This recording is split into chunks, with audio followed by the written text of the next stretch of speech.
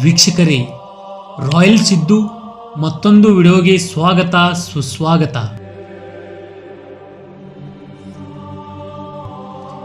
ಇವತ್ತು ನಾವು ನಿಮಗೆ ತೋರಿಸ್ತಾ ಇರೋದು 2025ರ ಸದಾಶಿವ ಮುತ್ಯವರ ಕಾಲಜ್ಞಾನ.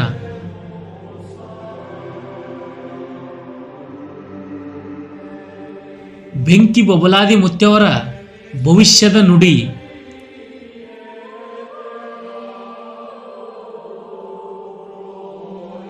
ಚಾನಲ್ಗೆ ಯಾರಾದರೂ ಹೊಸಬರು ಆಗಿದ್ದರೆ ಚಾನಲನ್ನು ಸಬ್ಸ್ಕ್ರೈಬ್ ಮಾಡಿ, ಹಾಗೆ ಪಕ್ಕದಲ್ಲಿರುವ ಬೆಲ್ ಐಕನ್ ಅನ್ನು ಕ್ಲಿಕ್ ಮಾಡಿ.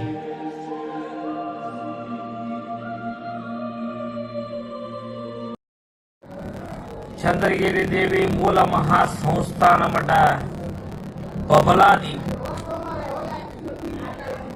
ಈ ವರ್ಷದ ಕಾಲಜ್ಞಾನ ಶೀರ್ಷಕ್ಕೆ 1947 ವಿಶ್ವಾವಸು ನಾಮ ಸಂವತ್ಸರ.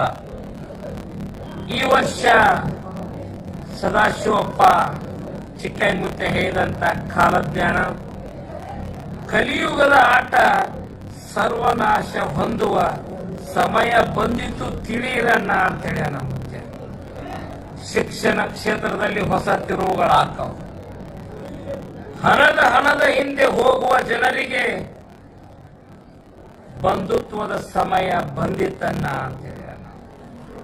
ಈ ವರ್ಷ ವಿದ್ಯುತ್ ಶಕ್ತಿ, ನೀರಿನ ಕೊರತೆ ಬಹಳ ಕತೆ.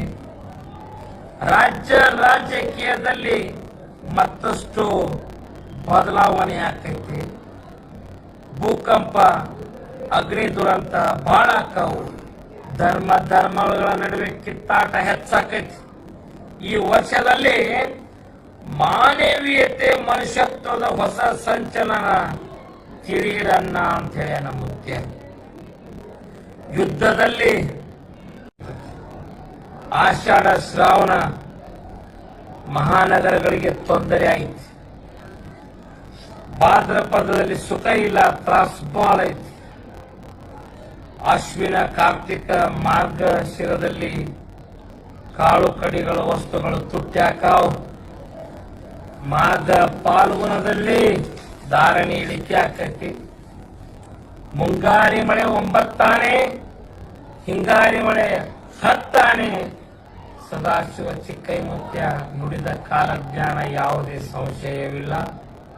ಓಂ ಹರಿವ ಹಾಮಿರ ಗಂಡ, ಉರಿಯುವ ಕಿಚ್ಚಿನ ಗಂಡ, ಹಂಡ ಹಾರೂರ ಗಂಡ, ಲಂಡ ಉಸುಲರ ಗಂಡ, ತುಂಡ ಜನಿವಾರ ಗಂಡ, ಪಟ್ಟು ಕುದಿಯವರ ಗಂಡ, ಇಟ್ಟನ್ ಸೌರ ಗಂಡ, ವಿಧಿಯ ಗಂಡ, ವಿಲಾಸದ ಗಂಡ, ಗಾಳಿ ಗಂಡ, ಧೂಳಿ ಗಂಡ, ಚೀನಿಸಿ ಪಟ್ಟಿ ಮಾಡೋರ ಗಂಡ, ನಾಂದವರ ಗಂಡ, ಆದಿಗಂಡ, ಅಡವೇನೆ ಮನೆ ಮಾಡಿ ಗಿಡದಡೆಯಲ್ಲಿ ನಿಂತು ತುಡುಗ ಮುರುಜನನ್ನ ಕೊಲ್ಲುತ್ತ ಬರ್ತಾನ ಒಡೆಯ ಸದಾಶಿವ ಬಹುಪರಾಕ್ರಮಿ.